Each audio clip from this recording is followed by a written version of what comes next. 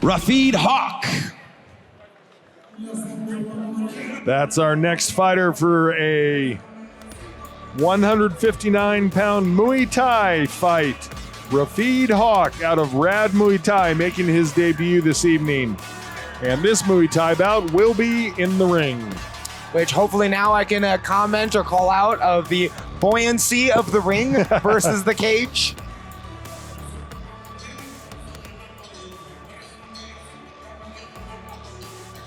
Again, I'm curious on with these Muay Thai fights, if they're allowed to choose the venue and if there are elbows.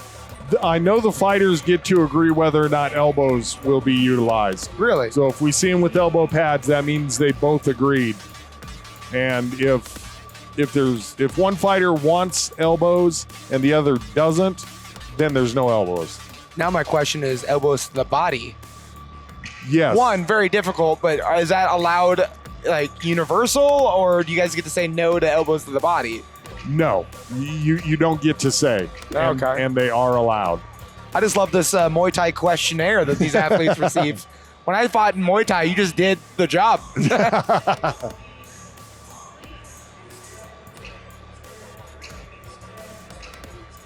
Go to work, as it were. And they've got their elbow pads on, so. That means they're using them, or they better anyways. I like it.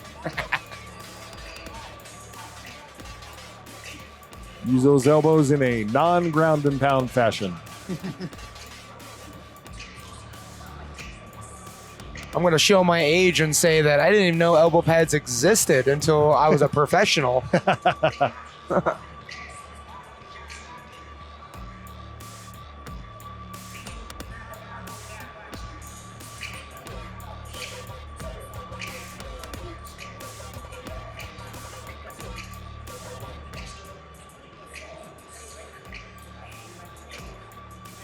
Speaking of showing age, many years ago, I had a Muay Thai fight, and we had decided that you could would or would not wear shin pads.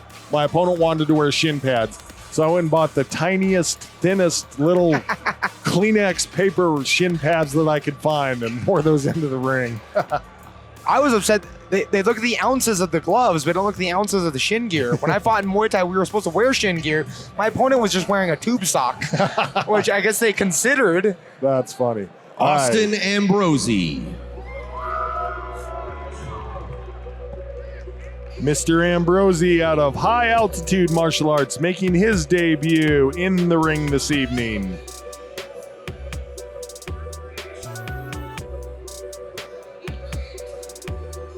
Tube socks as shin pads. I like it. I know. I wish I would have thought of that. It definitely worked, apparently. Mr. Ambrozi making a jog to the ring. You better watch those staircases, but Yeah, easy, careful. Right, left. I mean, I love that logo over there. Can't see what it says, but it definitely looks like a Burger King logo. My jam.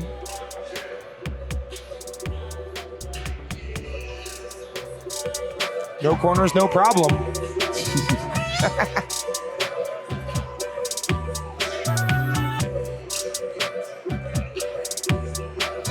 RAFID HAQUE out of Aurora, Colorado. He's a 29-year-old kickboxer making his debut at 5'11" and 159 pounds. Facing off against Austin Ambrozi out of Denver, Colorado. He's a 30-year-old brawler also making his debut.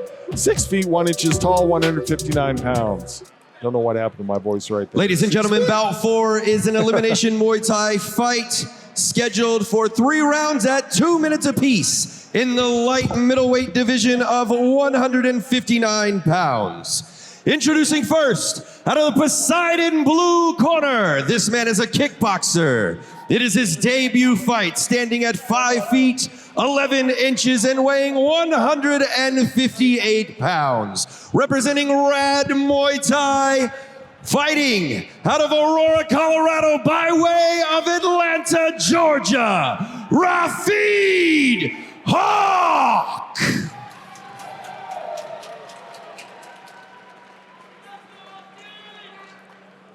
And fighting out of the Mike Maroney Ford of Longmont red corner, this man is a brawler. It is his debut fight, standing 6 foot 1 inches and weighing in at 158 pounds, representing Altitude Martial Arts, fighting out of Denver, Colorado, Austin Aurelius Ambrozi. Third man in the ring, Armando Castro. Fighters, you were given instructions. I expect a clean fight. Obey my commands at all times. Touch them up. Back to your corners. I too expect a clean, fair fight. I sure hope there is one. All right, hopefully we get to see some elbows. Chucking bows. It's intriguing. Every single fight has started with a open stance. We have Southpaws versus Orthodox tonight. Nice teep followed by a head kick from Hawk. Oh, and a beautiful kick to the face. That really hurt Ambrozi, but he recovered well, and then he recovers from a head kick. There was an elbow snuck into that combination by Hawk, and he is in attack mode.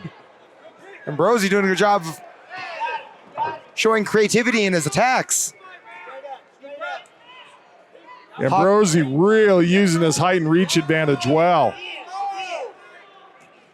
Hawk doing a good job of staying in this fight. I'd like to see him do a little bit more movement or getting behind a defense, but he's showing this chin. Hawk is staggered. He's hurt, Drew. Good elbow comes in from Hawk. Hawk's corner calling for power on these shots. Ambrozi's head kicks are just getting around the glove. Hawk's glove is up, but it's still hitting around the glove. Nice spinning elbow. Beautifully timed technique.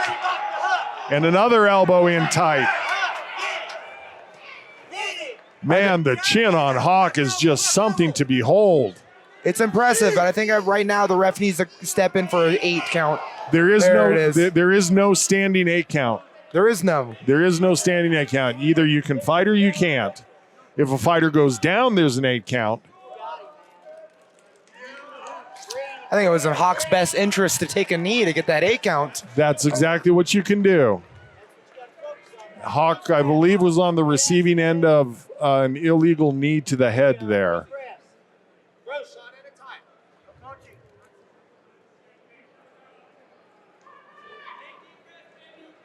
Now, Ambrozi's head kicks and versatile kicks was doing most of the damage.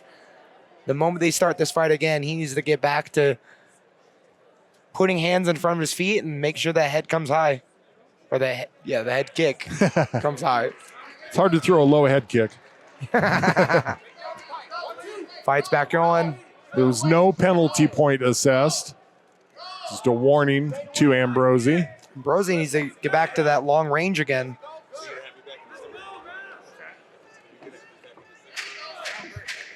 Oh, nice elbow by Ambrozi. He's really utilizing his elbow techniques to full advantage.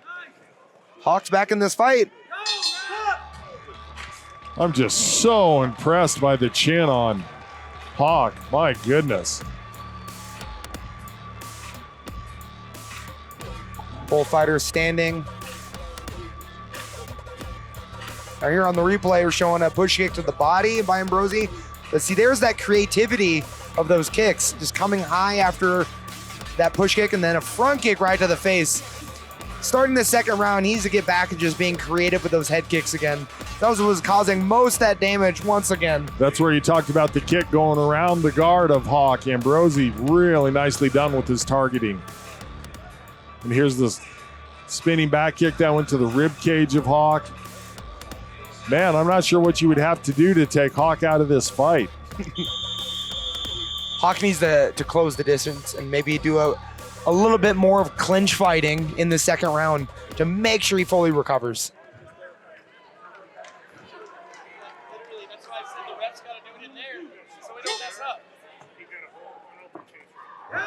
Oh, Hawk with his own head kick. Ambrosi's up in the corner and hurting. Oh, and he's still staggered, is Ambrozi, trying Hawk to get himself back into the fight. Turn this fight around right out the gate. He needs to close that distance and stay on Ambrozi.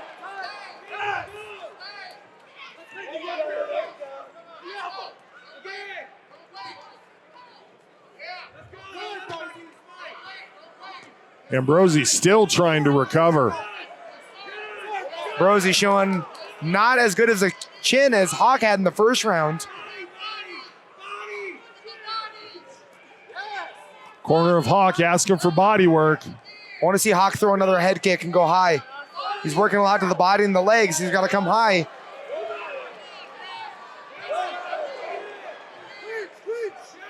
Ambrozi needs to be careful with those kicks to the legs. You're not allowed to throw a strike that's directly forward against the knee, even if it does target the thigh.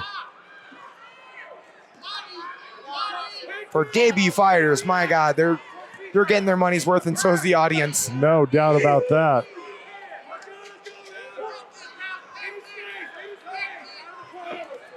Hawk needs to go high again with a head kick. That's what started this entire round. Good spinning elbow by Ambrozi.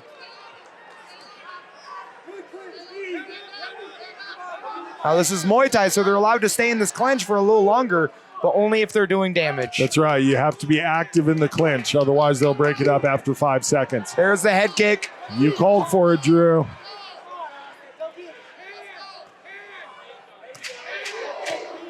Watch that spinning elbow. Oh. Oh, man.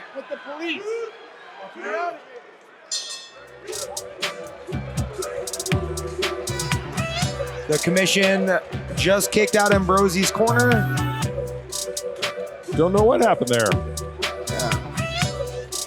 Well, in this part in the fight, he really needed his corner. So this is a reminder to all the athletes out there that if you're cornering, make sure you do it appropriately. That's right. Follow the rules.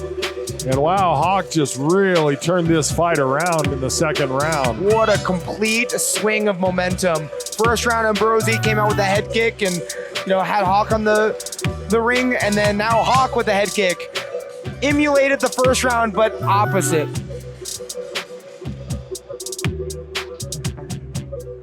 Judging by seeing what works. Whoever throws the head kick first in the third round wins this fight. Well played, sir.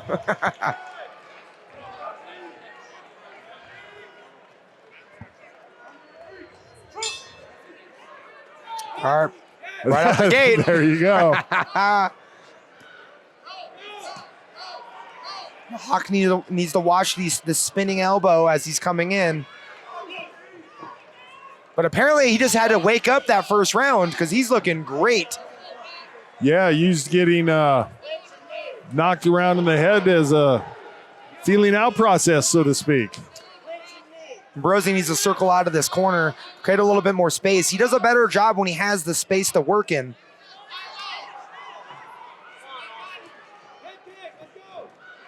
But he doesn't have the sting behind his kicks as he did in the first round, and Hawk's just kind of walking through it. There was a little bounce off the ropes that you were talking about, Drew. He went into him chest first and tried to springboard off the ropes with that back kick. I'm glad you were able to call that out.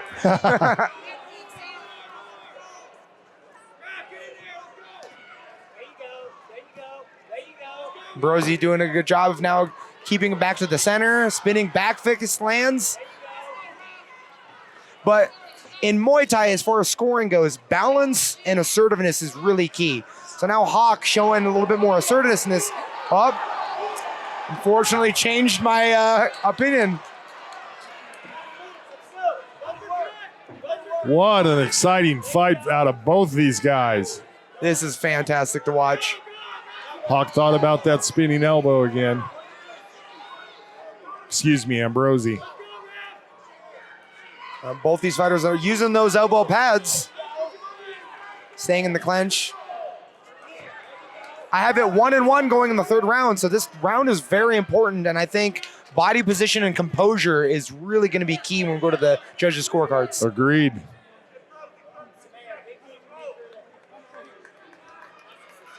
Just over 10 seconds left in the fight.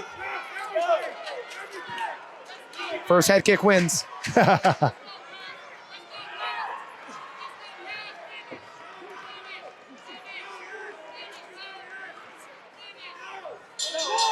Can really tell Ambrozi worked on his elbows for this fight. He had some really brilliant elbow attacks.